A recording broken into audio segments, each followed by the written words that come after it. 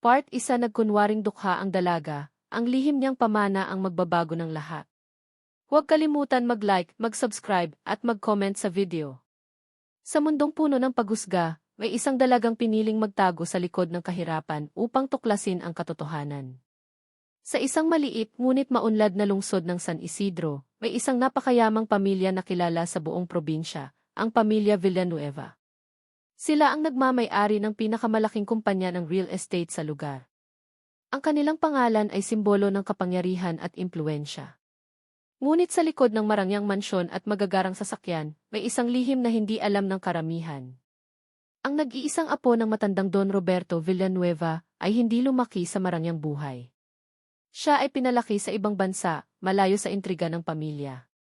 Ang kanyang pangalan ay Isabela Villanueva. Si Isabela ay maganda, matalino at may mabuting puso. Ngunit higit sa lahat, siya ay may matatag na paninindigan. Hindi siya katulad ng ibang mayayamang dalaga na lumaki sa luho at yabang. Isang araw, nakatanggap siya ng tawag mula sa abogado ng kanyang lolo. Miss Isabela, kailangan na po kayong umuwi sa Pilipinas. May mahalagang bagay pong ipapaalam sa inyo ang inyong lolo. Hindi nag-atubili si Isabela.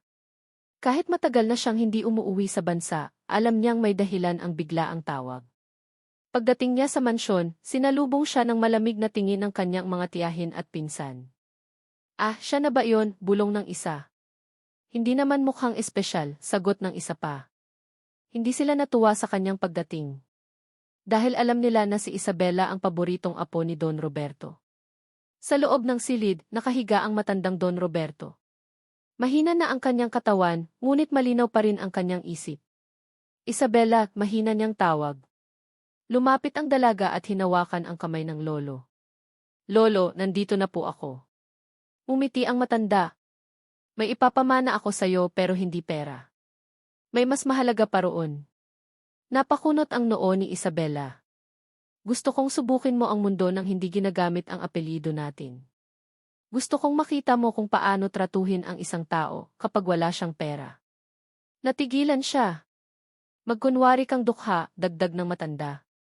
At alamin mo kung sino ang totoo sa paligid mo. Naguluhan si Isabela, ngunit nakita niya ang lalim ng kahilingan ng kanyang lolo. Ilang araw matapos ang pag-uusap na iyon pumanaw si Don Roberto. Sa pagbabasa ng testamento, nagkagulo ang pamilya. Ayon sa dokumento, si Isabela ang magiging tagapagmana ng buong kumpanya kung mapapatunayan niyang kaya niyang pamahalaan ito nang hindi umaasa sa yaman ng pamilya sa loob ng 6 na buwan. Kung mabibigo siya mapupunta ang kumpanya sa kanyang sakim na tiyahin na si Veronica. Tahimik lamang si Isabela habang nagbubuni sa isip ang kanyang mga kamag-anak. Hindi nila alam tinanggap niya ang hamon. Kinabukasan, iniwan niya ang mansyon. Wala siyang dalang mamahaling damit. Wala siyang kotse. Wala siyang credit card. Isang simpleng backpack lamang ang dala niya. Lumipat siya sa isang maliit na apartment sa gilid ng lungsod, isang lugar na hindi man lang pinapansin ng mayayaman. Doon nagsimula ang kanyang bagong buhay. Nag-apply siya bilang simpleng empleyado sa isa sa mga kumpanya ng kanyang pamilya, hindi bilang tagapagmana, kundi bilang janitress. Hindi siya nakilala ng mga empleyado dahil hindi naman siya madalas lumabas sa publiko noon. Sa unang araw niya sa trabaho, ramdam niya agad ang pagkakaiba ng trato. Hoy, ikaw! Linisin mo nga to, sigaw ng isang supervisor. Hindi siya sanay sa ganitong pakikitungo. Ngunit tiniis niya.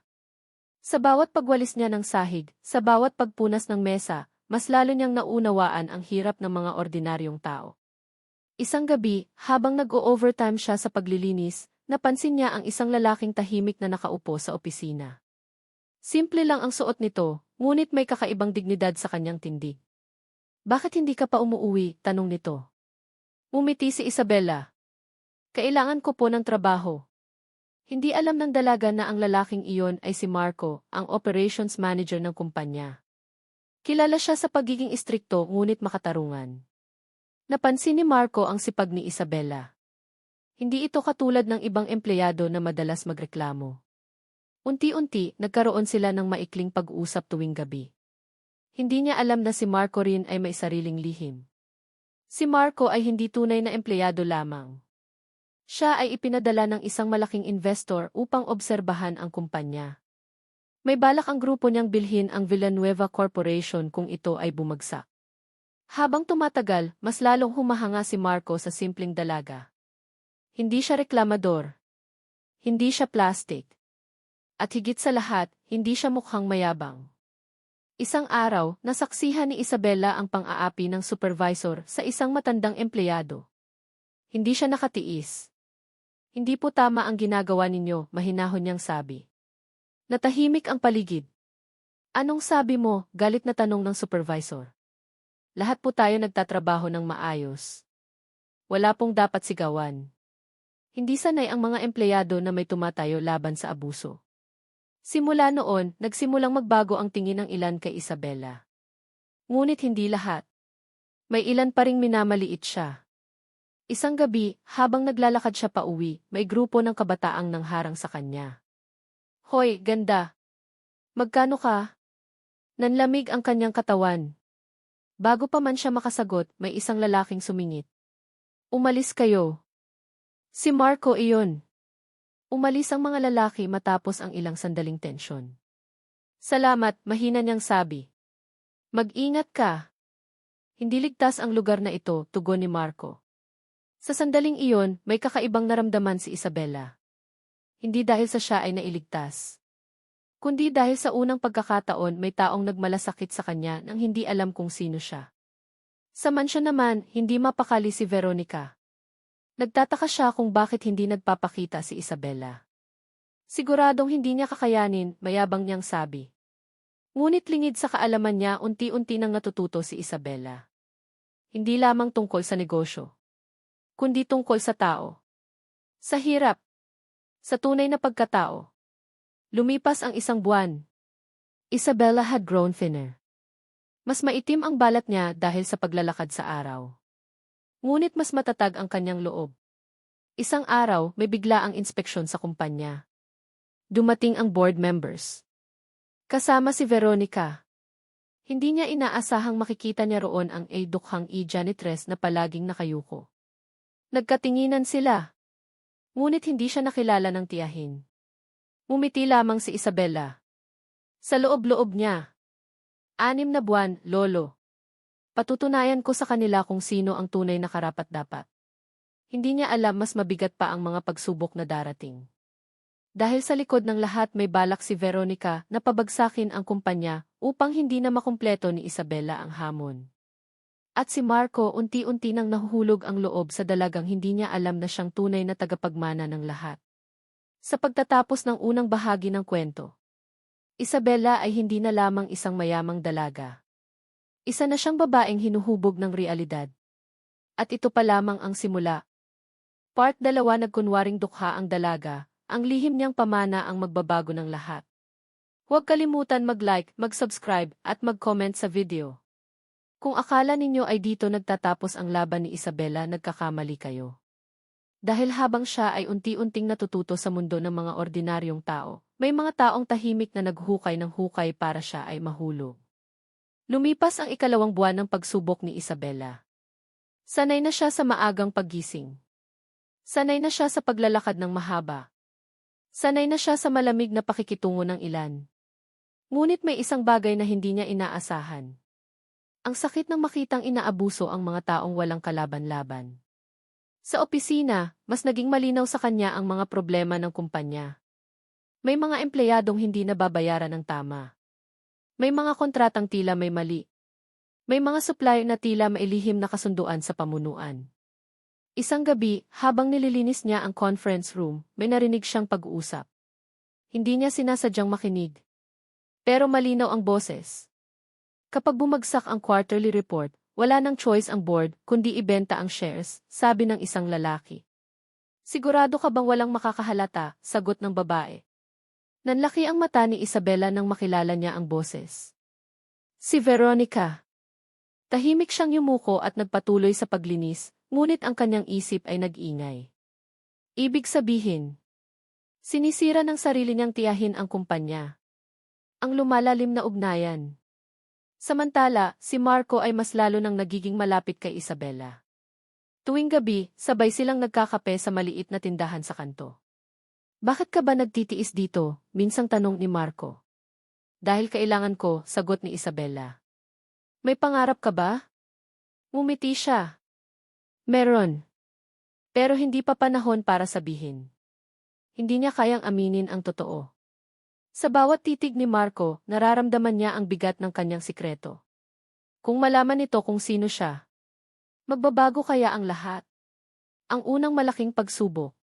Isang umaga, nagkaroon ng malaking gulo sa opisina.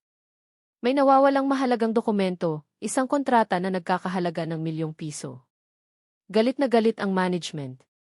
May nagnakaw, sigaw ng supervisor. At gaya ng inaasahan, ang unang pinaghinalaan ay ang pinakamahina. Ang janitress. Si Isabela. Isa ka lang dito ang may access kagabi, sigaw ng supervisor sa kanya. Nanahimik ang buong opisina. Ramdam niya ang mga matang puno ng paghusga. Hindi siya sumigaw. Hindi siya nagwala. Wala po akong kinuha, mahinahon niyang sagot. Ngunit walang naniwala.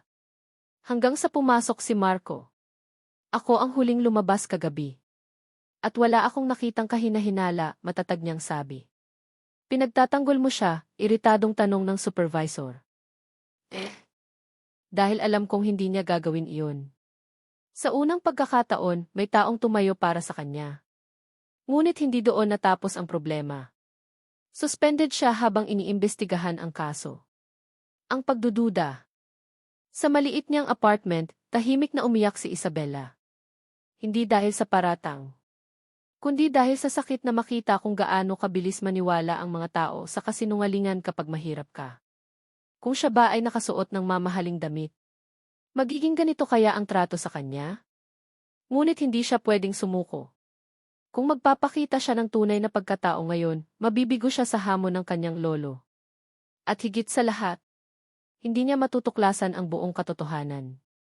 Ang katotohanan sa likod ng lahat. Samantala, si Marco ay nagsimulang mag-imbestiga ng palihim. Bilang operations manager, may access siya sa KIK. At doon niya nakita ang hindi inaasahan. Ang supervisor mismo ang kumuha ng dokumento. At ipinasa ito kay Veronica. Nanlaki ang mata ni Marco. Ibig sabihin, mas malalim ang sabwatan. Ngunit bakit? Ano ang pakay ni Veronica? Ang paglapit ng dalawang mundo. Kinabukasan, tinawagan ni Marco si Isabela. Napatunayan ko na wala kang kasalanan. Tahimik siya sandali. Salamat, mahina niyang sagot. Hindi lang iyon. May mas malaki pang problema sa kumpanya. Naramdaman ni Isabela ang kabog ng dibdib. Alam niya iyon. Pero hindi siya maaaring magpahalata. Anong problema? Kunwari inosenteng tanong niya. Tila may taong gustong pabagsakin ito mula sa loob. Napapikit siya sandali. Sa wakas may kakampi siya. Ngunit hindi niya alam kung hanggang saan ang kaya niyang sabihin. Ang unang hakbang ng paglaban. Bumalik siya sa trabaho matapos malinis ang kanyang pangalan. Ngunit iba na ang kanyang mga mata ngayon. Hindi na lamang siya nagmamasid. Nag-ipon siya ng ebidensya. Tahimik niyang kinukunan ng larawan ang mga dokumentong may kahina-hinalang pirma. Pinapansin niya ang mga oras ng pagpasok at paglabas ng mga taong konektado kay Veronica. Hindi na siya basta janitress. Isa na siyang babaeng may misyon. Ang pagkakaalam ng puso. Habang lumalalim ang imbestigasyon, mas lumalalim din ang damdamin ni Marco. Isang gabi, habang umuulan, hinatid niya si Isabela pauwi. Sa ilalim ng ilaw ng poste, tumigil siya. Isabela, may gusto akong sabihin. Napatingin siya. Simula nang makilala kita, may nagbago sa akin. Hindi siya nakapagsalita.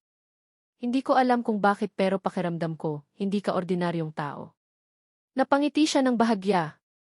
Tama ka, bulong niya sa isip. Ngunit sa halip na umamin, sinabi niya, ordinaryo lang ako. Ngunit sa puso niya, alam niyang hindi na niya kayang ihiwalay ang sarili kay Marco. Ang mas madilim na plano. Sa kabilang banda, hindi natutuwa si Veronica. Nalaman niyang hindi natuloy ang pagbagsak ng report. May taong pumipigil sa kanyang plano. Hanapin mo kung sino ang nakikialam, utos niya sa supervisor. At doon nagsimula ang mas mapanganib na yugto. Dahil kung sino man ang hahadlang sa kanya, hindi siya magdadalawang isip na sirain ito. Ang hiwalay na landas. Sa pagtatapos ng ikalawang buwan, mas malinaw na kay Isabela ang katotohanan. Ang hamon ng kanyang lolo ay hindi lamang tungkol sa pagiging mahirap. Ito ay tungkol sa pag-unawa sa kapangyarihan. Kung paano ito ginagamit at kung paano ito inaabuso. At ngayon, handa na siyang lumaban.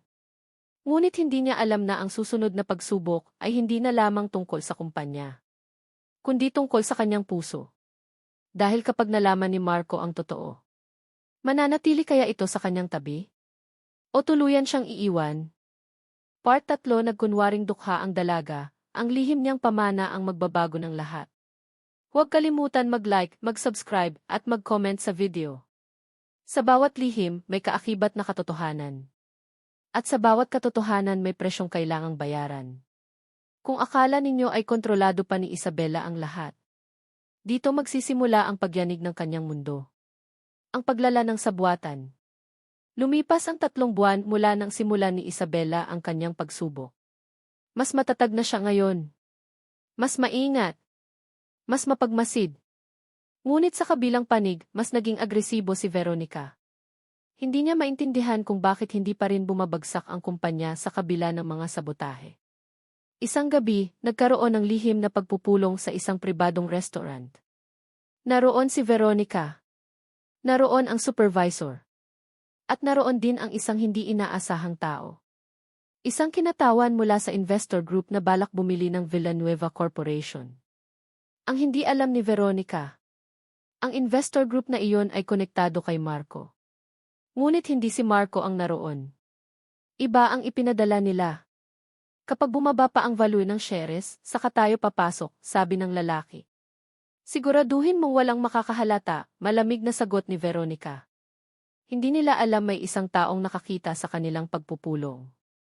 Isang waiter. At ang waiter na iyon ay matagal ng kaibigan ni Marco. Ang unang bitak sa lihim. Kinabukasan, agad na nakipagkita ang waiter kay Marco. Iba ang nakita ko kagabi, seryoso niyang sabi. Habang nakikinig si Marco, unti-unting nabuo ang puzzle sa kanyang isip. Kung totoo ito, hindi lamang simpleng internal issue ang problema. Ito ay planadong pagbagsak ng kumpanya. At kung totoo ang hinala niya, may koneksyon si Veronica sa investor group. Pero may isang bagay na lalong gumugulo sa isip niya. Bakit tila alam na alam ni Isabela ang mga nangyayari? Bakit tila hindi siya nagugulat? Ang pagsusuri ni Marco. Nagsimula siyang mag-imbestiga tungkol kay Isabela. Hindi dahil sa pagdududa, kundi dahil sa kakaibang pakiramdam. Walang permanenteng address. Walang malinaw na background. Bigla siyang nag-apply ilang araw matapos mamatay si Don Roberto. Doon siya natigilan. Hindi kaya? Tinanggihan niya agad ang ideya. Impossible. Bakit naman magpapanggap na janitress ang isang tagapagmana? Ngunit habang mas lalo siyang nag-iisip, mas lalo siyang hindi mapakali. Ang pag-amin sa sarili. Samantala, si Isabela ay mas lalong nahihirapan sa pagtatago ng kanyang tunay na pagkatao. Sa bawat sandaling kasama niya si Marco, gusto niyang sabihin ang totoo. Ngunit natatakot siya. Hindi dahil sa mawawala ang kayamanan, kundi dahil baka mawala ang taong mahalaga na sa kanya. Isang gabi, habang magkasama silang naglalakad, nagsalita si Marco. Kung may tinatago ka man, hindi kita husgahan. Tumigil siya sa paglakad. Bakit mo nasabi yan? Dahil pakiramdam ko, hindi pa iyon ang buong ikaw. Napayo ko si Isabela. Sa unang pagkakataon, muntik na siyang umamin. Ngunit biglang tumunog ang kanyang telepono. Isang hindi kilalang numero. Pagkasagot niya, nanlamig ang kanyang katawan. Kung gusto mong manatiling ligtas ang trabaho mo, layuan mo si Marco. Pinutol ang tawag. Hindi niya alam kung sino iyon. Pero malinaw ang mensahe. May nakakaalam na ng masyado. Ang pag-atake. Ilang araw ang lumipas. Biglang kumalat sa opisina ang tsismis. May kumakalat na larawan online. Larawan ni Isabela na kasama si Marco sa labas ng trabaho. May relasyon ang janitress sa manager, bulong ng iba. Lumakas ang intriga. Pinatawag si Marco ng board. Hindi ito propesyonal, sabi ng isa. Ngunit hindi niya itinanggi. Wala kaming ginagawang masama. Samantala, si Isabella ay tinawag ng supervisor. Akala mo ba hindi kita mababantayan? Doon niya napagtanto. Ito ay pananakot. Isang paraan para pag-awayin sila ni Marco. Ang pagbagsak ng maskara. Sa gitna ng kaguluhan, may dumating na sulat sa Board of Directors. Isang anonymous report. Nakalakip ang mga dokumentong nagpapatunay ng sabuatan ni Veronica at ng supervisor. Hindi alam ng lahat kung sino ang nagpadala. Ngunit alam natin. Si Isabella. Hindi na siya pwedeng manatiling tahimik. Kung pababayaan niya ito, masisira ang lahat ng pinaghirapan ng kanyang lolo. Ang pagtuklas ng katotohanan. Sa isang emergency board meeting, inilabas ang ebidensya. Nanlaki ang mata ni Veronica. Paninira ito, sigaw niya. Ngunit malinaw ang mga pirma. Malinaw ang records ng bank transfers. Doon nagsimulang magduda ang board. Ngunit may isang tanong ang lahat. Sino ang nagbigay ng ebidensyang ito? Tahimik si Isabella sa labas ng conference room. Pinapanood niya ang lahat mula sa TV monitor na minsang ginamit laban sa kanya. Sa pagkakataong ito, siya ang may hawak ng alas. Ang paghaharap. Pagkatapos ng meeting, hinarap siya ni Veronica sa hallway. Anong alam mo, galit nitong tanong. Nagkatinginan sila. Sa unang pagkakataon, hindi yumuko si Isabella. Mas marami kaysa sa inaakala ninyo. Napatigil si Veronica. May kakaiba sa tindig ng dalaga. Hindi ito mukhang mahirap. Hindi ito mukhang natatakot. May dignidad. May lakas. Sa sandaling iyon, parang may naaalala siya. Ang mga mata. Ang tindig. Ang boses. Hindi maaari, bulong ni Veronica. Ngunit bago pa siya makapagsalita, dumating si Marco. At hindi na siya nag-iisa, matatag niyang sabi. Ang pagkabasag ng katahimikan. Kinagabihan, nagkita sina Isabella at Marco sa apartment niya. Hindi na niya kayang magtago. Marco, may kailangan akong sabihin. Tahimik itong nakinig. Huminga siya ng malalim. Hindi ako janitress. Matagal ang katahimikan. Ako ang apo ni Don Roberto. Hindi agad nagsalita si Marco. Hindi siya galit. Hindi siya sumigaw. Tumingin lamang siya sa kanya ng matagal. Kaya pala, mahina niyang sabi. Galit ka ba? Nanginginig niyang tanong. Hindi. Lumapit siya. Nasaktan ako na hindi mo sinabi. Pero naiintindihan ko kung bakit. Napaluha si Isabella. Sa unang pagkakataon may taong tumanggap sa kanya ng buo. Hindi dahil sa pera. Hindi dahil sa apelyido.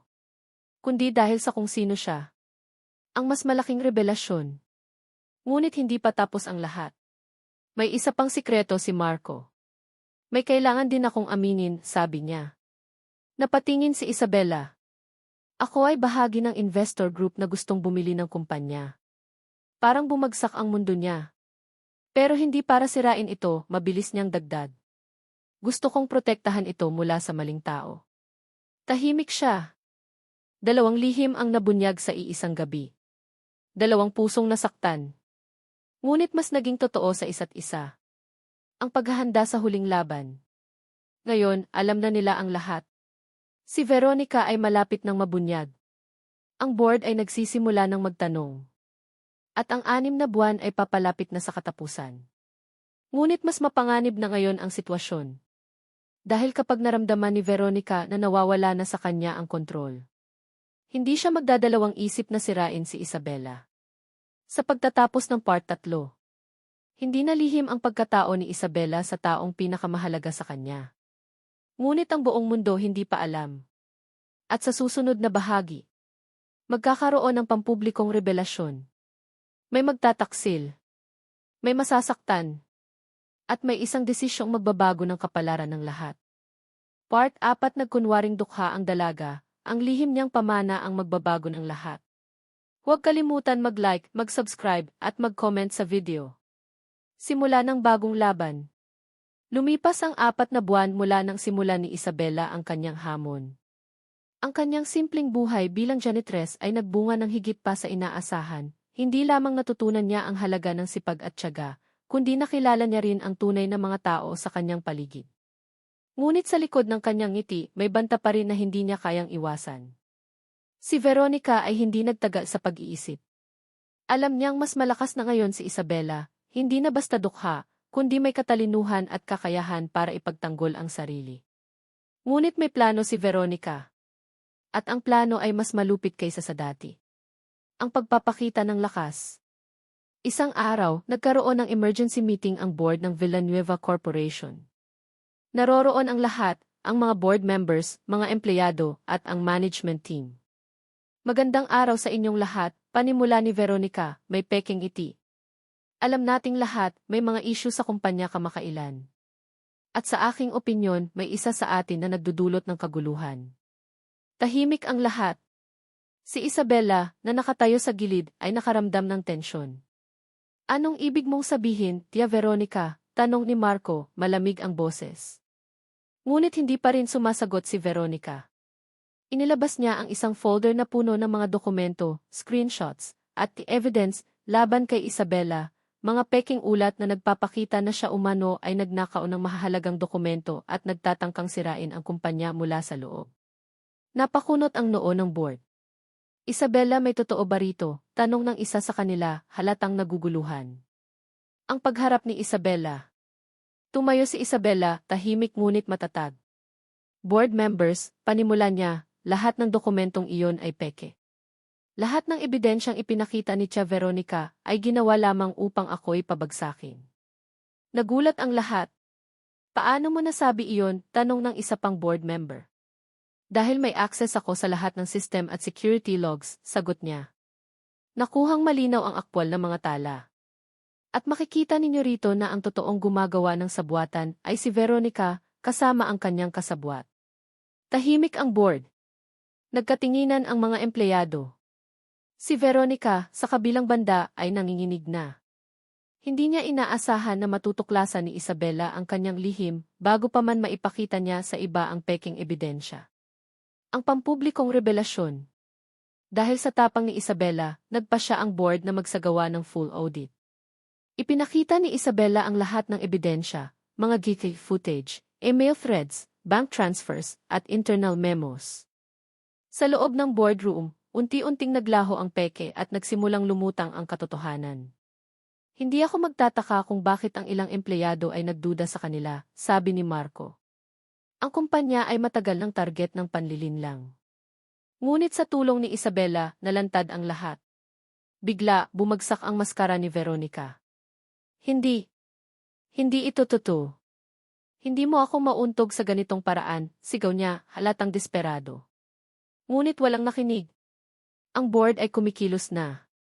Ang corporate war. Simula noon, nagsimula ang corporate war sa Villanueva Corporation. Si Veronica ay sinibak bilang board member at management consultant. Ang kanyang kasabwat na supervisor ay pinalayas din. Ngunit hindi pa tapos ang laban, may isa pang external investor na gustong samantalahin ang sitwasyon. Si Marco, bilang operations manager, ay nagtrabaho ng husto upang protektahan ang kumpanya. Kasama si Isabela, nagplano sila ng bagong strategy para mapanatili ang kontrol sa mga assets ng Villanueva Corporation at maiwasan ang sinumang manloloko. Ang bawat desisyon ay critical. Ang bawat hakbang ay maaaring magbunga ng tagumpay o pagkatalo. Sa gabing iyon, nag-usap sina Isabela at Marco. Handa ka na ba? Tanong ni Marco. Handa na, sagot ni Isabela. Hindi lang para sa akin kundi para sa kumpanya, sa mga empleyado, at para sa alaala ng lolo ko. Ang emotional confrontation. Sa loob ng office, hinarap ni Isabela si Veronica. Alam mo, Tia Veronica, simula ni Isabela, mahirap man, pero masakit ang makita ang tao na iyong kinamumuhian ay gumagawa ng kasamaan sa iba. Tahimik si Veronica, walang masabi. Ngunit masakit sa kanya ang makita na ang apo ng kanyang kapatid ay mas matapang at mas maayos kaysa sa kanya. Hindi mo ako matatalo, sagot ni Veronica, nanginginig. Hindi ko kailangan talunin ka. Ang kailangan ko lang ay gawin ang tama, sagot ni Isabela, may tapang sa boses. Doon, naunawaan ng lahat, ang tunay na laban ay hindi lamang sa pera at kumpanya, kundi sa integridad at katapangan. Ang lihim ng pamana. Ngunit may isa pang twist. Habang tumatagal ang laban, unti-unti nang bumubukas ang lihim ng pamana ni Don Roberto. Mayroong isang fund na itinabi para sa mga mahihirap, isang charitable foundation na itinatag para sa kapakanan ng mga empleyado at komunidad. Si Isabela, sa pamamagitan ng kanyang tapang at integridad, ay hindi lamang nakamit ang kontrol sa kumpanya. Nakatulong din siya sa mga tao sa paligid niya. Napansin ito ng board, ng empleyado at maging ng media. Si Isabela ay hindi lamang naging tagapagmana ng pera. Ngunit tagapagmana rin ng respeto, pagmamahal at tiwala ng maraming tao. Ang pagpapalaya kay Marco. Sa gitna ng kaguluhan, lumapit si Marco kay Isabela. Alam mo, dati, iniisip ko na trabaho lang ang importante. Pero ngayon, nakikita ko na may higit pang mahalaga, sabi niya. Napangiti si Isabela. Tama ka, Marco. Hindi lahat ay tungkol sa pera. May mas mahalagang bagay ang integridad, katapatan at pagmamahal. Hinawakan niya ang kamay ni Marco. Salamat sa suporta mo. Salamat din sa katapangan mo. Kung wala ka, baka nasira na lahat, sagot ni Marco. Sa sandaling iyon, nagtagumpay ang kanilang samahan, hindi lamang sa corporate na mundo, kundi pati sa puso ng bawat isa. Pagwawakas ng panloob na laban.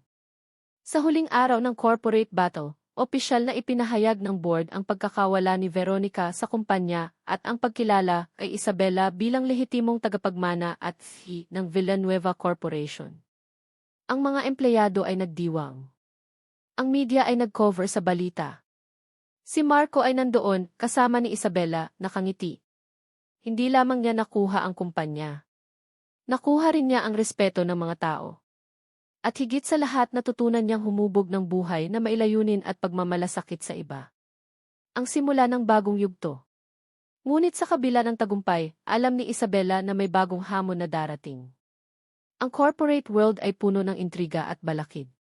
Ngunit sa ngayon naramdaman niya ang tagumpay, hindi lamang dahil sa kayamanan, kundi dahil sa tunay na karangalan at tapang na ipinakita niya sa bawat hakbang.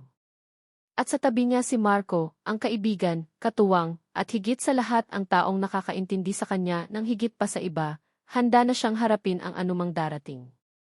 Sa pagtatapos ng part 4, naghihintay na lamang ang huling bahagi, ang grand finale, kung saan ang tunay na pamana ni Don Roberto ay ganap na mabubunyag, ang lahat ng lihim ay lilinawin, at ang pinakamataas na emosyonal na eksena ng kwento ay mararanasan. Romantikong climax ni na Isabela at Marco para makumpleto ang cinematic feel ng buong kwento. Gusto mo ba itong isama sa part 5? Part 5, grand finale nagkunwaring dukha ang dalaga, ang lihim niyang pamana ang magbabago ng lahat. Huwag kalimutan mag-like, mag-subscribe at mag-comment sa video. Ang huling pagsusubok. Lumipas ang 5 buwan mula nang simula ni Isabela ang kanyang misyon. Sa bawat araw, unti-unting nabuo ang katotohanan, hindi lamang tungkol sa kumpanya, kundi sa mga taong nakapaligid sa kanya. Ngunit hindi pa rin tapos ang laban. Si Veronica, na humarap sa board at natanggal sa pwesto, ay nagbabalak na gumawa ng huling sabotage. Hindi siya papayag na mapag-iwanan siya ng kanyang sariling pamilya sa lahat ng bagay, kay Isabela, kay Marco, at sa Villanueva Corporation. Isang gabi, lihim siyang nakipagkita sa isang kilalang investor na dati nang balak bilhin ang kumpanya. Gusto ko ang kumpanya pabalikin sa akin, panimula ni Veronica. Ngunit kung alam mo ang kalagayan ni Isabela, wala ka ng pag-asa, sagot ng investor. Hindi ko hahayaang manalo siya. Titiyakin kong babagsak ang lahat, malamig ang sagot ni Veronica. Hindi alam ni Veronica na may nakasetup na surveillance si Marco. Sa bawat galaw niya, nababantayan siya, hindi upang saktan, kundi upang protektahan si Isabela. Ang public reveal. Kinabukasan, inorganisa ni Isabela ang isang press conference para sa Villanueva Corporation. Ang buong board, mga empleyado at media ay naroroon. Magandang araw po sa inyong lahat, panimula ni Isabela. Tahimik na nakinig ang lahat, halatang interesado sa mga susunod na sasabihin ng bagong si. Nais kong ipakita sa lahat na ang Villanueva Corporation ay hindi lamang tungkol sa negosyo o yaman. Ito rin ay tungkol sa integridad, katapatan, at malasakit sa kapwa, patuloy niya.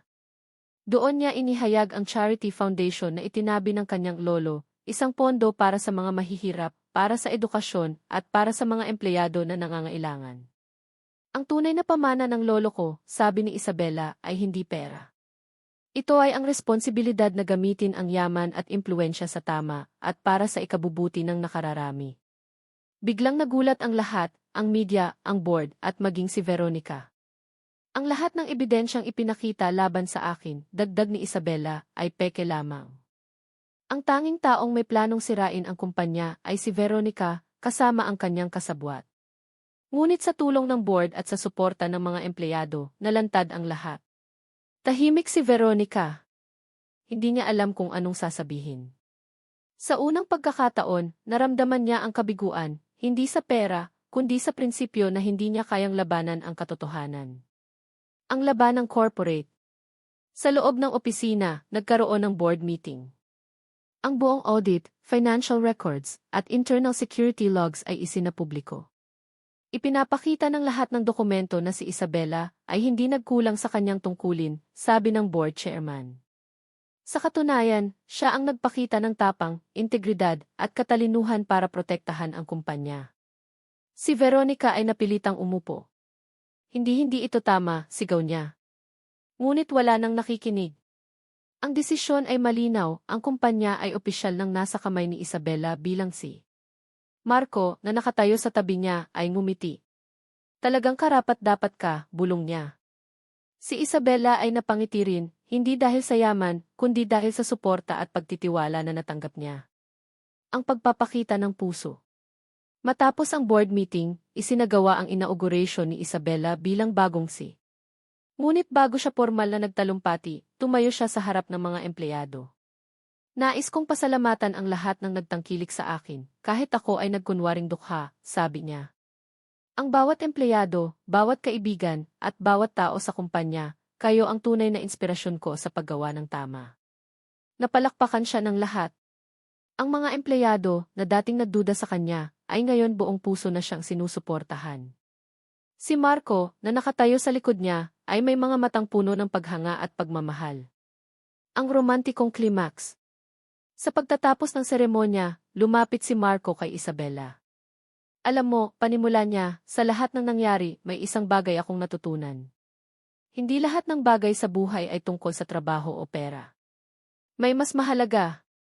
Tumango si Isabela. Alam ko. At sa wakas, naramdaman ko rin iyon. Hinawakan niya ang kamay ni Marco. Salamat sa lahat, Marco. Sa suporta, sa tiwala at sa pagmamahal. Ngumiti si Marco. Hindi lang kita susuportahan bilang empleyado, Otse. Suportado kita sa lahat ng aspeto ng buhay mo. Sa lahat ng laban at sa lahat ng tagumpay mo. Sa unang pagkakataon, nagtagpo ang kanilang mga labi sa mahinang halik, isang simbolo ng tapang, katapatan, at pagmamahal na nagsimula noong panahon ng pagsubok. Ang pagsisimula ng bagong yugto. Sa loob ng ilang linggo, unti-unting binuksan ni Isabela ang Charity Foundation sa publiko. Ang media ay nag-cover sa mga proyekto para sa edukasyon at tulong sa mahihirap. Si Marco ay laging nasa tabi niya, hindi lamang bilang kapartner sa trabaho, kundi bilang katuwang sa lahat ng aspeto ng buhay. Ang Villanueva Corporation ay naging simbolo ng pagbabago, isang kumpanya na may integridad, malasakit at pagmamahal sa kapwa. Ngunit higit sa lahat, si Isabela ay natutong pahalagahan ang tunay na pamana. Hindi ang pera. Hindi ang kapangyarihan. Kundi ang kakayahang gumawa ng tama, maging inspirasyon sa iba, at magmahal ng tunay. Epilog, lihim ng lolo. Sa loob ng mansyon, habang tinitingnan niya ang lumang portrait ni Don Roberto, naisip ni Isabela. Lolo, natupad ko na po ang hamon mo. Hindi lamang para sa kumpanya, kundi para sa mga tao at sa puso ko. Sa kanyang tabi, nakangiti si Marco. Handa ka na ba sa susunod na yugto? Tanong niya. Tumango si Isabela, may ngiti na puno ng tapang at pag-asa. Handa na, Marco. Hindi lamang para sa atin kundi para sa lahat. At sa unang pagkakataon sa mahabang panahon, naramdaman ni Isabela na tunay na malaya siya, malaya sa takot, sa lihim, at sa pangulila. Ang kanyang buhay ay nagsimula muli, mas matatag, mas tapat, at mas puno ng pagmamahal. Closing scene. Sa huling eksena, ipinakita ang Villanueva Corporation sa gabi, kumikislap ang ilaw ng mga opisina. Sa labas, nagdiriwang ang mga empleyado, may kasamang mga bata at pamilya na natulungan ng Charity Foundation. Si Isabela at Marco ay nakatayo sa balkonahe, pinagmamasdan ang lungsod. Alam mo, sabi ni Marco, ang totoong pamana ay hindi makikita sa pera. Makikita ito sa puso ng mga tao. Ngumiti si Isabela, hawak ang kamay niya, at sabay nilang sinabing, para sa lahat. At sa simula ng bagong yugto. Fade out. Yan eh.